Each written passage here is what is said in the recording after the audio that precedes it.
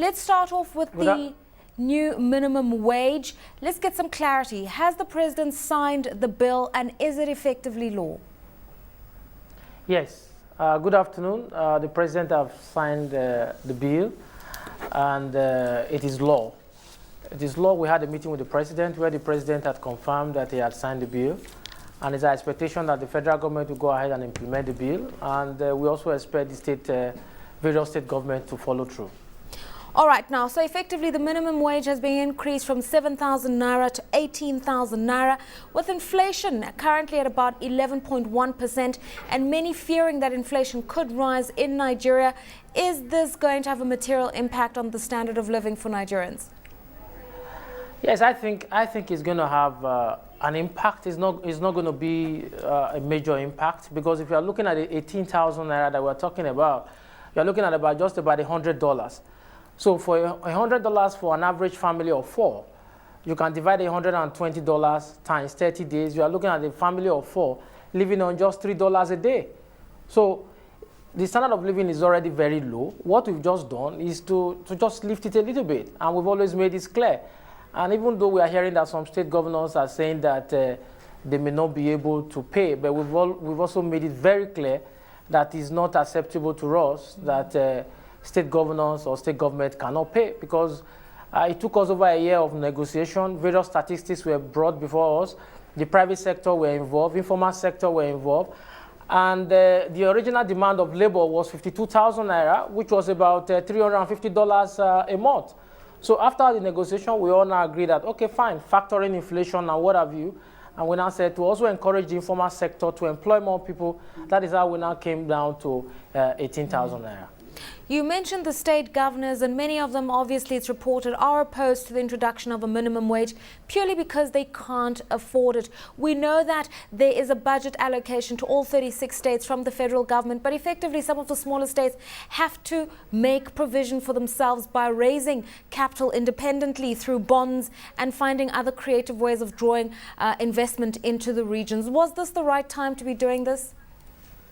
Yes. For us, this is the right time, because one thing you also have to ask the state government. If they say they can't pay, I can give you assurances that they can. All that the various state governments have to do is also to eliminate wastages in the system. If you take, for example, a lot of the states government or state governors have too much wastages in the system. For example, I've always stressed this fact that you have a state governor with a routine of aides, and these aides, you have some of them virtually are doing nothing, and you have a state governor, you take for example, he has a personal assistant, several personal assistants, a commissioner has several personal assistants, and at the end of the day, you ask yourself, what are they doing with all this money?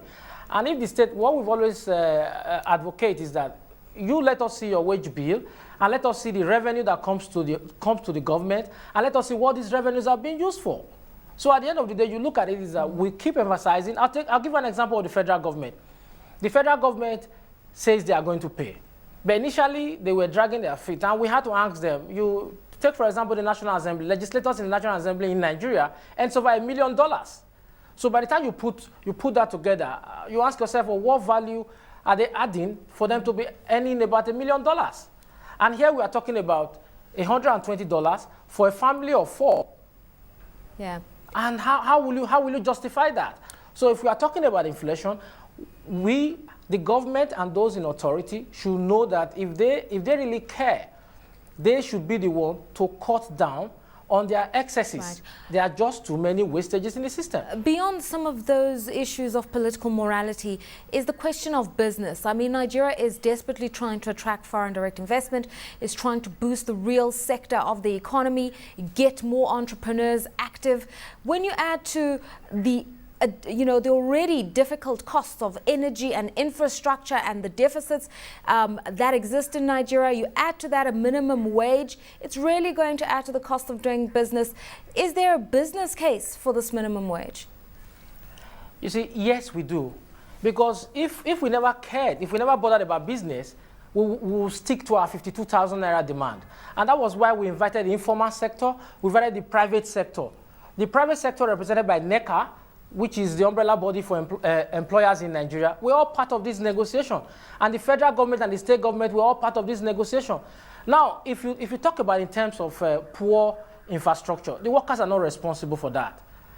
Every year, huge amount of money is budgeted for roads, is budgeted for power, and these are responsibility of government. These are responsibility of those in authority to ensure that the environment is conducive for investors to come and invest in the country. We as workers are not saying we want investors out of the country. No, what we are simply saying is that there are basics, fundamentals for inviting investors, which of course is very, very important, is the legal policy framework. That is very, very important for you to attract investors. And beyond the legal policy framework is that you also have to look at your infrastructure. The infrastructure that you have. You take, for example, fortunately this morning I was part of those who went to see open up the tender for the expression of interest in the energy sector in Nigeria. We've always been saying, open up the energy sector. It's not the Nigerian worker that will go there and say, open up the sector. It's not the Nigerian worker that is always crying about corruption in the system.